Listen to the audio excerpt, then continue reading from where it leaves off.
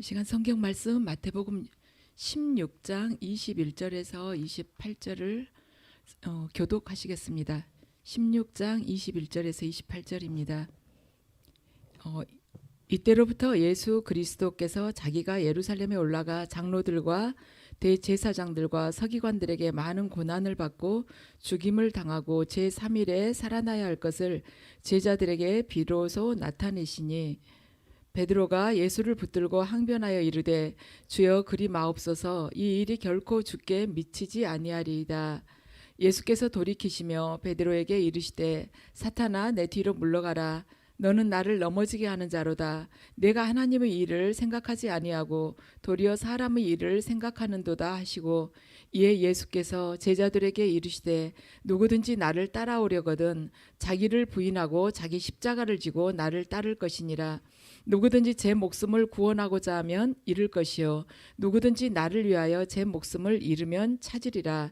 사람이 만일 온 천하를 얻고도 제 목숨을 잃으면 무엇이 유익하리요? 사람이 무엇을 주고 제 목숨과 바꾸겠느냐? 인자가 아버지의 영광으로 그 천사들과 함께 오리니 그때 각 사람이 행한 대로 갚으리라. 진실로 너희에게 이르노니 여기 서 있는 사람 중에 죽기 전에 인자가 그 왕권을 가지고 오는 것을 볼 자들도 있느니라. 아멘. 잠시 주님께서 허락하신 보혈의 은혜를 구하시겠습니다. 주님, 저희들은 주님의 피의 권세와 능력을 믿습니다. 아버지, 저희들이 예수 그리스도의 피를 의지합니다. 예수 그리스도의 피가 이 예배 가운데 나타나게 하시옵소서. 예수 그리스도의 그 피의 능력이 교회와 우리들의 삶과 가정에 나타나게 하시옵소서. 예수 그리스도의 그 피의 보혈의 축복이 교회와 우리들의 삶과 가족들에게 임하게 하시옵소서.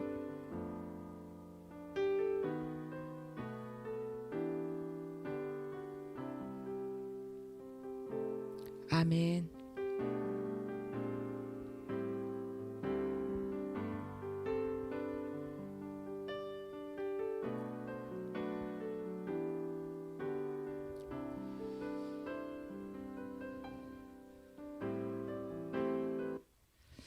이 시간에는 십자가 지는 삶이라는 제목으로 말씀을 전하겠습니다. 예수님께서 오늘 말씀하시죠. 25절을 통해서 누구든지 제 목숨을 구원하고자 하면 잃을 것이요 누구든지 나를 위하여 제 목숨을 잃으면 찾으리라고 말씀을 하십니다. 죽고자 하면 살고 살고자 하면 죽는다는 것입니다. 기독교는 우리가 많이 이렇게 체험하지만 참 역설적인 종교입니다. 높아지고자 하는 자는 섬길 것이요 또 낮아진 자는 또 하나님께서 그를 또 높여주신다는 것입니다. 그리고 죽고자 하면은 산다는 것이에요. 왜 그럴까? 왜 죽고자 하면 사는 것일까? 예수님의 십자가와 우리들의 십자가를 생각해 보면 그 답이 나옵니다. 예수님께서 공생의 중간쯤 되는 시점에 가이사랴 빌립보에서 제자들에게 물어보십니다. 사람들이 인자를 누구라고 하느냐 하고 물어보세요. 그러니까 당시 사람들은 예수님에 대해서 세례자 요한이라고 하는 사람도 있고 세례자 요한이 다시 살아났다고 그렇게 이야기하는 사람도 있고 엘리야라고 하는 사람도 있고 예레미야라고 하는 사람도 있었습니다. 그러니까 예수님이 제자들에게 또 물으세요. 그러면 너희들은 나를 누구라고 하냐고. 그러니까 이제 베드로가 대답을 하죠.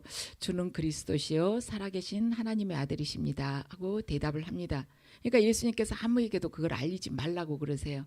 왜냐하면 알리게 되면은 예수님께서 메시아인 것을 다른 사람들이 알고 예수님께서 어떤 사역을 하러 오신지를 생각하지 못하고 로마의 그 식민지로부터 이들을 해방시켜주고 또 로마의 정권과 정면으로 부딪혀서 자기들을 독립시켜 달라고 이렇게 요구를 하지 않겠습니까? 그러면 예수님께서 이 십자가 이 사역을 끝까지 감당하기가 쉽지가 않으니까 예수님께서 이걸 딱 비밀에 붙이라고 말씀을 하십니다.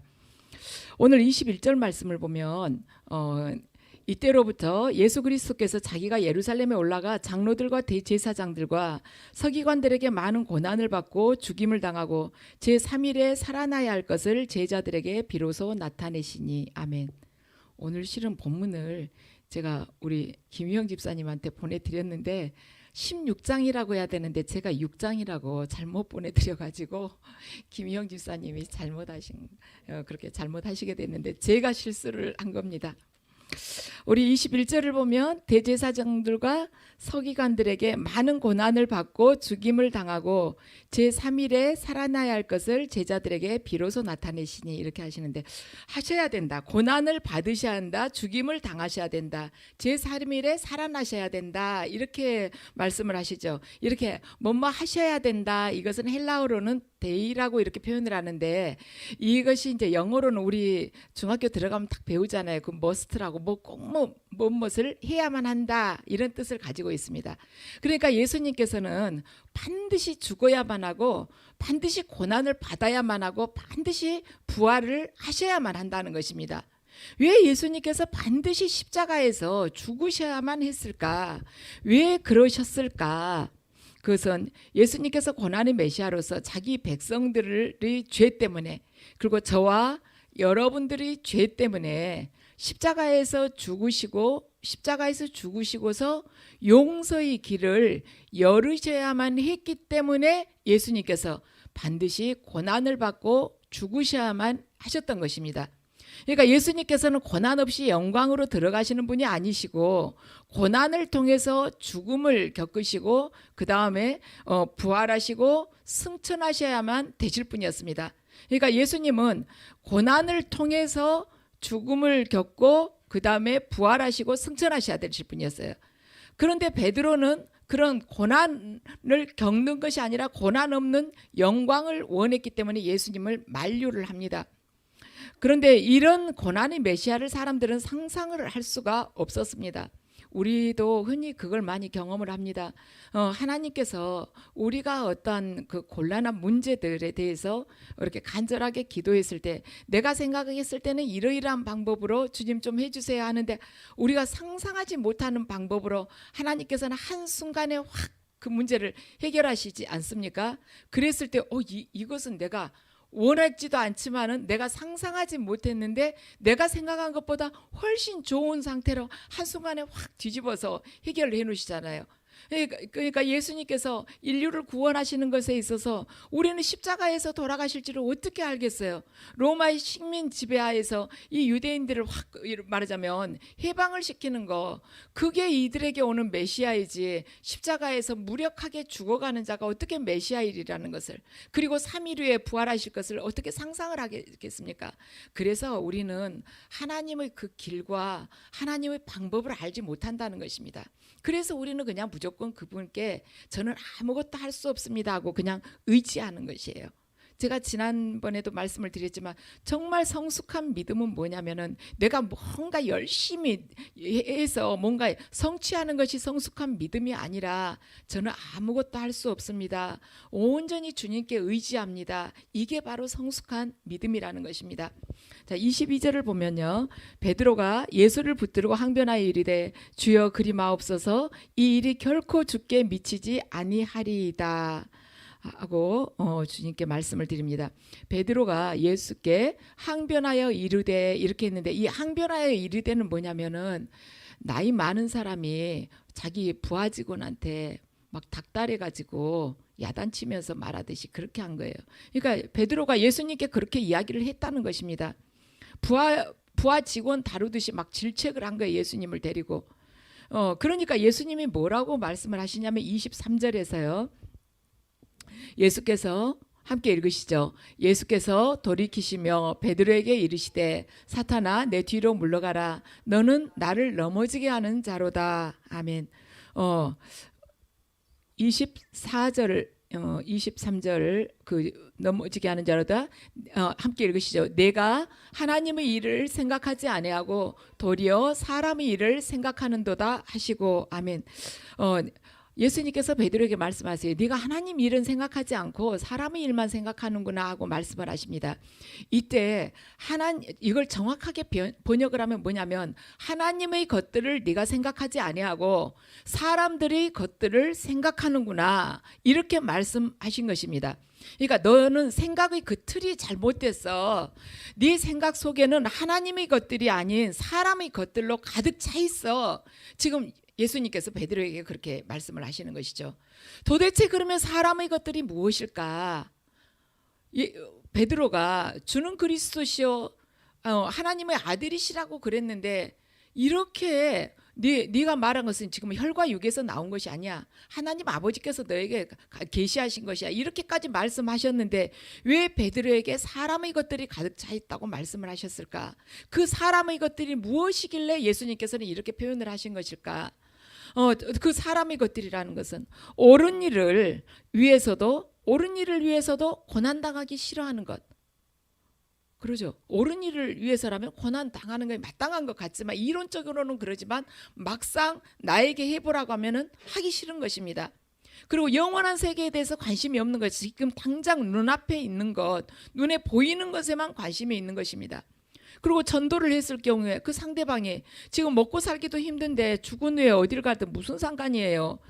우선은 내가 성공해야 되고, 우선 내가 영광 받아야 되고, 우선 제가 돈을 벌어야 돼요 하고 이렇게 이야기했을 경우에 그 사람은 사람의 것들만 생각하고 있는 것입니다. 그래서 예수님께서 베드로에게 말씀했어요. 네가 신앙 고백은 하지만 너는 지금 하나님의 것들 지배를 받는 것이 아니라 사람의 것들을 그 지배를 받고 있어. 그렇게 지금 말씀하시는 것이죠. 베드로에게 너 신앙 고백은 맞게 했어. 그렇지만 네 생각은 지금 하나님의 것들에 의해서 지배받지 않고 사람의 것들에 의해서 지배받고 있는 거야, 말씀하시죠. 주는 그리스도시요 살아계신 하나님의 아들이십니다. 저와 여러분도 그 말씀에 대해서는, 그 말에 대해서는 딱 동감을 해요. 그런데 저와 여러분의 생각은 도대체 무엇의 지배를 받고 있는 것입니까? 하나님의 것들의 지배를 받고 있는 것입니까? 아니면 사람들의 것들에 의해서 지배를 받고 있는 것입니까? 우리도 주는 그리스도시요 살아계신 하나님의 아들이시라는 것을 알지만 내 생각이 지금 누구의 것의 지배를 받고 있냐는 것입니다. 베드로는요, 이 신앙 고백을 하고 나서 바로 제자들끼리 서로 누가 크냐고 서로 크냐고 그렇게 다툽니다. 그러니까 예수님이 말씀하시죠. 마가복음 9장 33절에서 34절을 보면 예수님께서 너희들 뭘로 다퉜냐고 그러세요. 다 아시면서 물어보시는 것이죠. 제자들이 누가 서로 크냐고 다퉜는데 예수님께서 물으십니다. 그래요. 이것이 인간 사회에서 일어나는 경쟁이에요. 서로 더 높아지고 싶은 것이죠. 이걸 갖지 않는 사람이 있겠습니까? 우리가 자녀들 키울 때 그런 생각하잖아요. 학교에서 100점 맞았다고 하면은 그걸로 딱 기분 좋으면 되는데 너만 100점 맞았어? 그리고 물어보죠. 너가 최고였어? 그러다가 아니 100점짜리 여러 명 나왔는데, 그러면 그냥 시큰둥해지는 것입니다. 얘가 혼자만 100점 맞았으면 기분 좋다고 했을 땐 딴 사람이 있다 하니까 아유 별거 아니네, 1등 아니구나, 그러고 시큰둥해지는 것이죠. 나만 받았다고, 나만 최고였다라고 해야지 속이 풀리는 것, 그때야 이제 체하는 것이 쑥 내려간 것처럼 기분이 시원해지는 것이 인간인 것입니다. 그래서 C.S. 루이스는 이렇게 표현을 했어요. 사람은 타락한 존재니까 절대로 잘 산다는 데 대해서는 쾌감을 느끼지 않는다. 그리고 머리 좋다는 데 대해서 쾌감을 느끼지 않는다. 그리고 잘생겼다는 데 대해서 쾌감을 느끼지 않는다는 것입니다. 인간은 타락한 존재이기 때문에. 그러면 언제 쾌감을 느끼냐? 딴 사람보다 더 잘 산다고 할 때, 그리고 옆 사람보다 더 잘생겼다고 할 때, 그리고 말하자면 다른 애들은 50점밖에 못 맞았는데 내 아들만 100점 맞았다고 할 때, 그때 쾌감을 느낀다는 것이죠.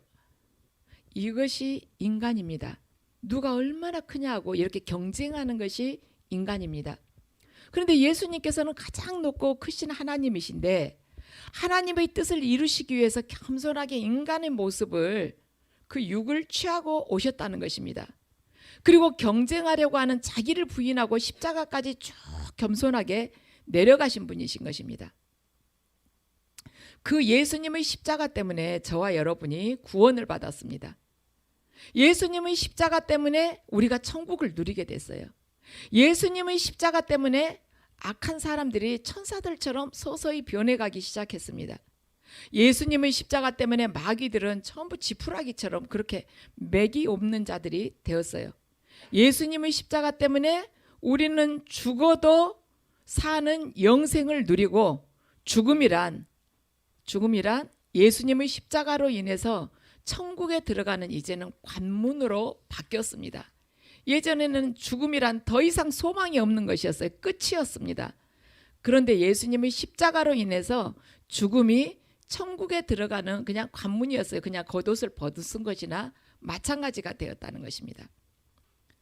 그런데 예수님께서 이런 십자가를 지셨는데 우리는 어떻게 되는가? 24절을 읽으시겠습니다. 이에 예수께서 제자들에게 이르시되 누구든지 나를 따라오려거든 자기를 부인하고 자기 십자가를 지고 나를 따를 것이니라. 아멘. 여기를 가만 보면 예수님께서 십자가 지셨으면 됐지 왜 우리 보고 자기를 부인하고 자기 십자가를 지고 나를 따르라고 그러셨을까? 그 이유가 있습니다. 예수님께서 십자가 지셨으면 그걸로 끝날 것 같은데 왜 자기를 부인하라고 하시냐는 거예요. 그리고 자기 부인하고 나서 자기 십자가를 지고 예수님을 따르라. 이게 본문에 다 들어있습니다. 아직도 우리 속에 하나님의 것들과 사람의 것들 사이에서 계속해서 갈등과 대립이 있기 때문에 자기를 부인하라고 하신 것입니다. 자기를 부인하라고 할 때 예수님께서 부정 과거 명령을 썼어요. 이것은 뭐냐면은 단호하게 부인하라는 것이에요.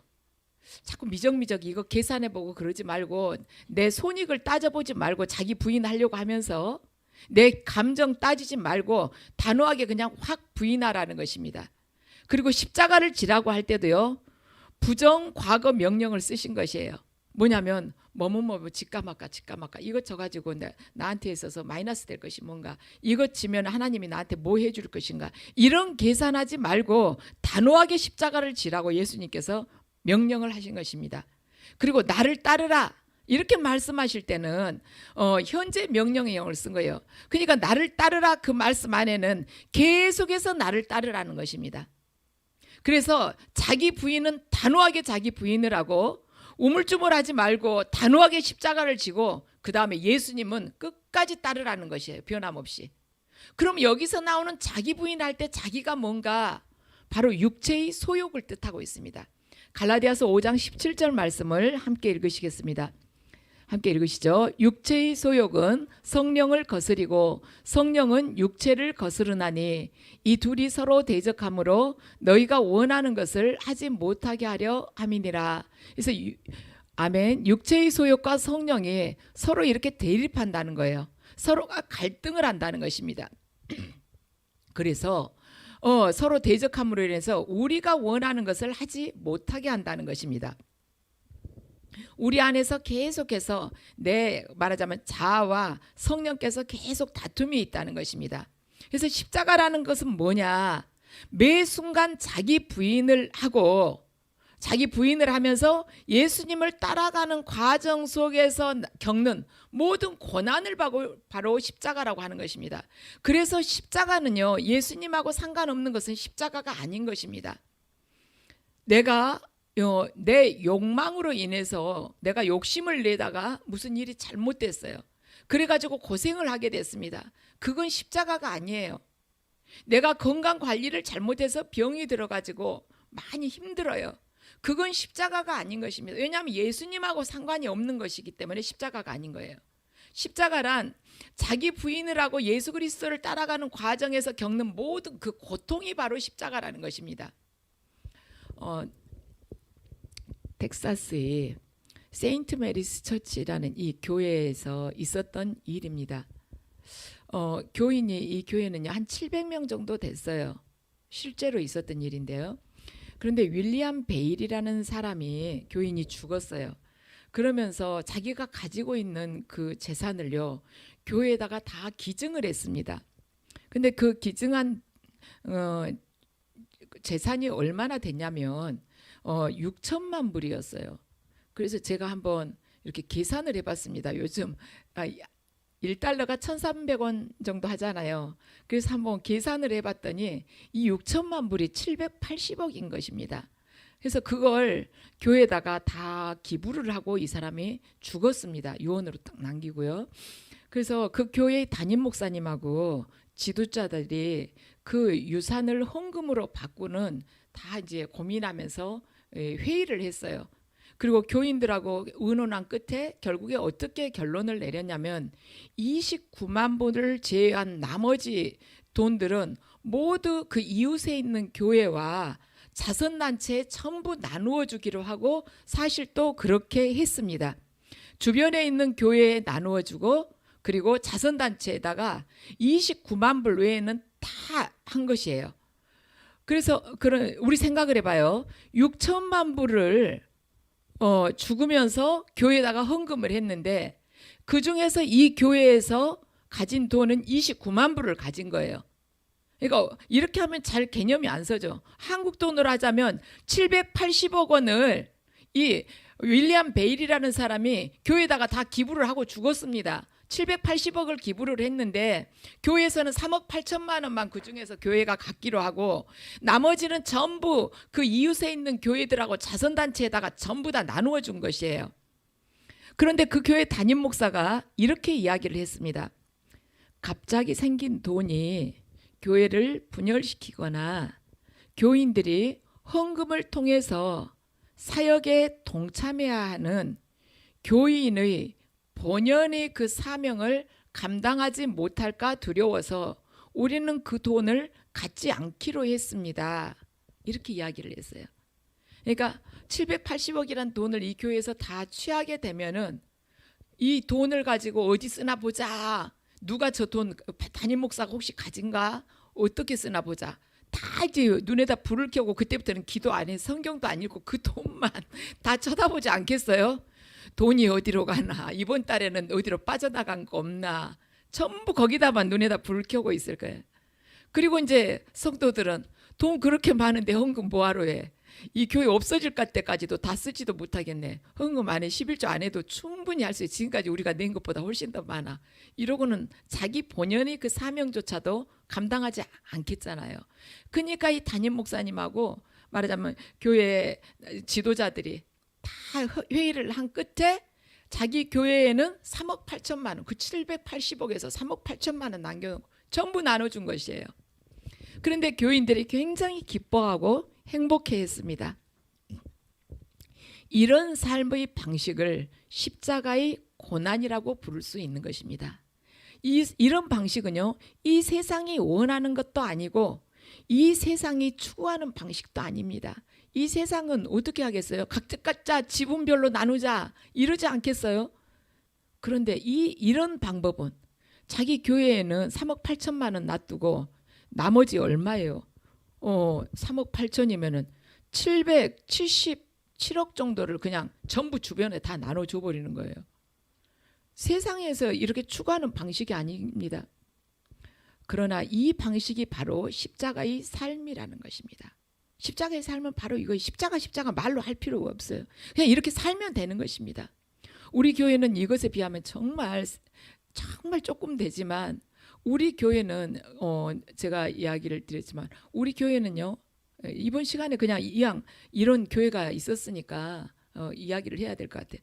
우리 교회는 지금 성도님들이 내신 헌금 가지고 교회를 운영을 하고 거기서 최대한 전략해 가면서 운영을 하고 이전에 이렇게 가지고 있었던 거 있지 않습니까? 그것은 전부 다 선교나 구제로 이렇게 쓰려고 생각을 해요. 주님이 그렇게 원하셨어요. 저는 이 말하자면 세인트 메리스 처치 이 이야기를 사실 접한 지 얼마 안 됐습니다. 그런데 이미 주님께서는 하나님의 방법이 바로 이것인 거예요.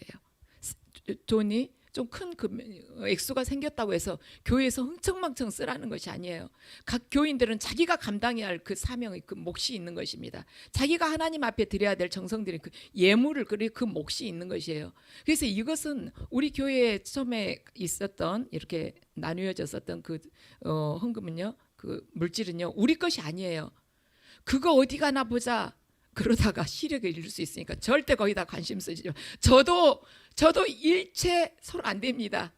제가 거기에다 관심 쓰는 건 뭐냐면은 어디다 예금을 또 조금 이자를 더 줄 수 있는 은행이 있나, 거기다만 신경 쓰지 그 외에는 일체 신경 안 써요.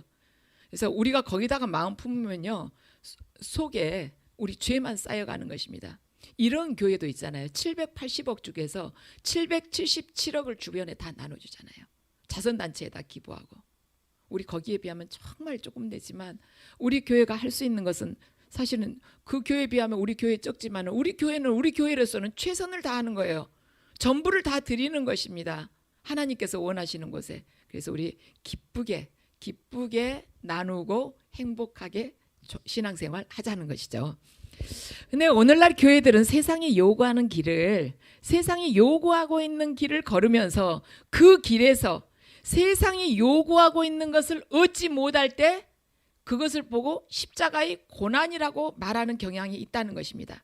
그러니까 교회가 그 좁은 길, 진리의 길로 가려고 생각하지 않고 세상이 원하는 길을 따라서 걸어가면서 세상 사람들이 취하기를 원하는 것을 이 교회가 취하지 못하면 우리가 지금 십자가의 그 고난의 길을 겪고 있어, 이렇게 이야기를 한다는 것이죠. 얼마나 자기 나름대로 말하자면 환상에 빠져 있습니까? 거기다가 어떻게 십자가라는 말을 사용을 할 수가 있습니까? 사람들이 이것을 사랑하면서 어찌 하나님의 길을 가는 것처럼 그렇게 표현을 할 수가 있냐는 것입니다. 교회, 그리고 예수 믿는 사람들이 고난이라고 부르는 것은 나도 부자가 되고 싶은데, 나도 한번 세상 사람들 앞에서 그냥 떵떵거리고 한번 살고 싶은데 그것을 지금 하지 못하는 거예요. 기도를 해도 하나님께서 그거 안 들어주시고, 아무리 봉사를 해도 그거 안 들어주시고, 내가 하나님 앞에 아무리 매달려 봐도 그거 안 들어주시기 때문에 하다가 인생 정말 힘들다, 진짜 고난의 연속이다 하고 말을 하는 것입니다. 지금 주님께서 원하시는 그 길 가는 거 아니잖아요. 사람들 앞에 한번 바라하고 떵떵거리고 싶은데 그거 못하니까 고난의 연속이라고 표현하기가 십상이라는 것이죠. 교회는 절대로 배부르고 편하면 안 되는 것입니다. 교회는요, 돈 걱정을 하지 않아도 될 만큼 돈이 많으면 안 되는 것입니다. 돈이 많으면 반드시 변질되게 돼 있어요. 적어도 그러면 안 된다는 생각으로 우리는 이 땅의 나그네로 산다는 그 고백대로 손에 쥐어지는 것을 두려워할 수 있는 것, 그게 바로 그리스도인들이 사고방식이라는 것입니다. 그래서 저는 그래요. 우리 교회가 어떻게 보면 재정이 그게 우리 것이 아니기 때문에 그걸 떼고 나면 그렇게 재정이 그렇게 여유가 있지 않아요. 그런데 재정이 여유 있지 않기 때문에 우리가 영적으로 훨씬 건강할 수 있다는 것입니다. 얼마나 건강해요. 탐낼 것도 없지. 그리고 항상 과하게 쓸 일 없지. 뭐 쓰지 못하게 돼 있으니까. 그리고 항상 절제하면서 주님 앞에 정결한 이 마음을 드릴 수 있으니까 얼마나 좋습니까? 그러니까 교회는 그래요. 절대로 돈 걱정을 하지 않아도 될 만큼 돈이 많아서는 안 된다는 것이죠. 돈 많은 교회 치고요, 부패하거나 변질되거나 타락하지 않는 교회가 없습니다. 자, 25절 26절을 함께 읽으시겠습니다. 함께 읽으시죠. 누구든지 제 목숨을 구원하고자 하면 잃을 것이요, 누구든지 나를 위하여 제 목숨을 잃으면 찾으리라. 사람이 만일 온 천하를 얻고도 제 목숨을 잃으면 무엇이 유익하리요? 사람이 무엇을 주고 제 목숨과 바꾸겠느냐? 아멘. 자기를 부인하고 자기 십자가를 지고 예수님을 믿는 과정에서 죽으면 살고 살려고 하면은 죽는다는 것입니다. 그런데 사람들이 안 죽으려고 하니까 비겁하고 구차하게 사는 거에 막 변명 늘여놓으면서 뭐 이것저것 말 핑계를 많이 대는 것입니다. 근데 누구나 다 알아요. 저 핑계 대고 있구나, 구질구질하네, 이렇게 다 알아요. 여기서 지금 목숨이라고 번역된 단어는 푸시케입니다. 푸시케는 세 가지 뜻이 들어있어요. 숨길, 영혼, 인생, 이렇게 세 가지 뜻이 있습니다. 누구든지 제 목숨을 구원하고자 하면, 이 목숨이 푸시케인데, 헬라어로 푸시케인데 숨길, 인생, 영혼, 이 세 가지 뜻을 가지고 있는 것입니다. 자기 숨길, 자기 목숨을 버리면 얻는다는 것입니다. 자기 인생을 버리면 얻는다는 것이에요. 무엇을 얻느냐? 영원한 세계에서 주님과 함께 지복을 누리는 영생을 얻는다는 것입니다. 우리 짐 엘리엇을 여러분 기억하시죠? 에콰도르에 선교 가서 선교 별로 시작해보지도 못하고 아우카족들이 그 창에 맞아가지고 죽은 선교사이지 않습니까? 휘튼 대학 나와가지고 자기 친구들 4명과 함께 이렇게 선교를 떠났는데 정말 젊은이들이 그렇게 어떻게 보면은 허망하게 이렇게 죽는 격이 되었습니다. 근데 이 전능자의 그늘, 짐 엘리엇의 부인 엘리사벳 엘리엇이 쓴 이 전능자의 그늘이라는 이 책을 보면은 그렇게 기록이 되어 있어요. 짐 엘리엇이 했던 말이죠. 영원한 것을 얻고자 영원할 수 없는 것을 버리는 자는 절대로 바보가 아니라는 것입니다. 영원한 것을 얻고자 영원할 수 없는 것을 버리는 자는 바보가 아니다. 누구든지 제 목숨을 구원하고자 하면 잃지만 복음과 예수 그리스도를 위해서 자기를 말하자면 버린 자는, 제 목숨을 잃는 자는 반드시 찾는다는 거예요. 영원한 것을 얻고자 제 목숨을 버린 자는 반드시 제 목숨을 다시 얻게 된다는 것입니다. 28살에 순교했는데 짐 엘리엇이 21살에 자기 일기장에다 이런 기도를 남겼습니다. 아버지, 저로 분기점 같은 사람이 되게 하소서. 제가 접하는 사람들을 결단의 기로로 이끄소서. 저는 직선 도로의 표지판이 되고 싶지 않습니다. 저를 갈림길로 삼아주소서. 그리하여 사람들이 제 안에 계신 그리스도를 보고 어느 쪽으로든 하나를 택해야만 하게 하소서. 정말 짐 엘리엇의 기도처럼 수많은 청년들이 짐 엘리엇의 그 삶을 보고 정말 느슨해졌던 그 믿음 생활에서 다시 무릎에 힘을 주고 다시 일어서서 정말 하나님 나라를 위해서 헌신해야겠다고 결단한 수많은 청년들이 지금까지 있었을 것입니다. 청년들뿐만이 아니라 저도 이 책을 읽다 보면 어떻게 그 나이에 이런 말하자면 깊은 묵상을 할 수가 있었을까?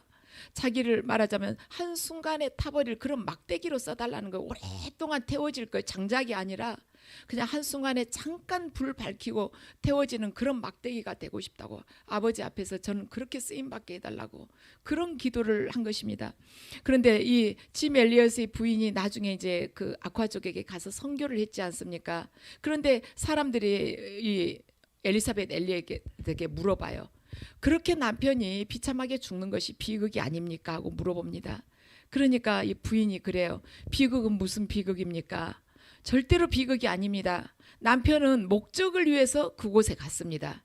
자신의 생명을 드리기 위해서 그 땅에 갔기 때문에 비극이 아니라는 것입니다. 그런데 물어봐요. 그 젊은 나이에 그렇게 허망하게 죽은 것은 낭비가 아닙니까? 하고 또 질문을 하는 것입니다. 그러니까 이 부인이 그래요. 낭비가 아닙니다. 남편의 죽음은 절대로 낭비가 아니었습니다. 왜냐하면 그는 그것을 위해서 온 생애를 준비해온 사람이기 때문입니다. 하고 이야기를 한 것입니다. 어떻게 생각하면 그 젊은 나이에 28살에 죽었으면 결혼해서 몇 년을 살다 죽었겠어요. 그 젊은 나이에 남편이 떠나가 버렸을 때 얼마나 막막했겠습니까? 얼마나 두려웠겠습니까? 이 아우카족에게 들어가려고 그렇게 결심을 할 때. 그런데 자기 남편은 그 에콰도르에 거기에 선교를 가기 위해서 온 생애를 준비해온 사람이기 때문에 그 죽음이 절대로 낭비가 아니라는 것입니다. 우리는 그리스도를 따르기 위해서 십자가를 지기 위해서 좀 더 치열하게 사고를 할 필요가 있습니다. 좀 더 치열하게 묵상해 볼 필요가 있는 것입니다. 우리가 어떻게 살아야만 되는 것일까? 우리는 무엇을 해야 되는 것일까? 좀 더 냉정하고 좀 더 고민을 해봐야 될 필요가 있다는 것입니다. 너무 안전한 시대에 살고 있기 때문이죠. 자, 27절과 28절을 읽으시겠습니다. 인자가 아버지의 영광으로 그 천사들과 함께 오리니 그때 각 사람이 행한 대로 갚으리라. 진실로 너희에게 이르노니 여기 서 있는 사람 중에 죽기 전에 인자가 그 왕권을 가지고 오는 것을 볼 자도 있느니라. 아멘. 주님을 영원히 체험할 때가 오는데 주님이 오시게 되면 우리가 행한 대로 다 갚아주신다는 것입니다. 자기를 부인하고 자기 십자가를 지고 예수를 따른 만큼 그 정도대로, 그 질대로, 그 질이 어느 정도나 된가 질적으로 보고 그 질만큼 주님께서 갚아주신다는 거예요. 그 사람이 뭔가를 하나님께 헌신했다면 그 동기를 보고 그 동기대로 갚아주신다는 것입니다. 일한 양은 보지 않으시겠다는 거예요. 동기를 보시겠다는 것입니다.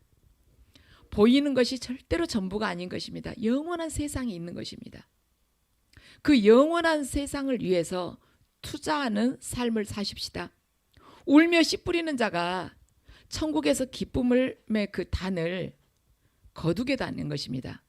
그래서 복음을 위한 고난을 두려워하지 않는 교회, 복음을 위해서 고난을 당하는 교회, 복음을 위한 고난이 없음을 부끄러워하는 교회, 이런 교회가 주님께 칭찬을 받게 될 것입니다. 물론 우리가 믿음 생활하면서 너무 힘들고 또 유혹이 강하게 우리에게 밀려올 때 주님 언제까지 이렇게 해야 합니까? 그런 탄식이 우리에게서 나올 때도 있습니다. 하지만 우리 모두는 다 알고 있습니다. 힘들 때 주님 언제까지 제가 이렇게 해야 돼요? 하고 이야기를 하지만 우리는 다 알고 있어요. 예수 그리스도를 따르기 위해서는 자기를 부인하고 제 십자가를 지고 끝까지 영적 싸움을 바로 주님이 부르신 날까지 해야 된다는 것을 우리는 다 압니다. 그런데 너무나도 힘들기 때문에 주님 언제까지 이렇게 해야 돼요? 그렇게 탄식을 한다는 것이죠. 그래서 저와 여러분 모두가 힘들지만 힘들 때 나도 모르게 흘러나올 때 있어요. 주님 저는 더 이상 못하겠어요. 저는 이제 한계까지 왔어요. 저희가 언제까지 하기를 기다리세요? 저는 이제 주저앉을 것만 같아요. 그런 탄식이 나도 모르게 흘러나올 때가 있어요. 그런데 우리는 끝까지 해야 될 거예요. 이 땅에서 육신을 입고 있는 그날까지는. 그렇지만 그날은 정해졌어요. 정말 우리의 삶은 점하고 똑같으며 잠깐이면 지나가 버리는 것이에요. 그래서 저와 여러분 모두가 끝까지 이 십자가의 길을 완주해서 반드시 기쁨으로 단을 거두는 날, 주님을 만나는 날, 그날 그 영원히 그분과 함께 살기 위해서 주님을 만나는 그날 여러분 모두가 주님께 상급받는 자들이 되시기를 주님의 이름으로 축원합니다.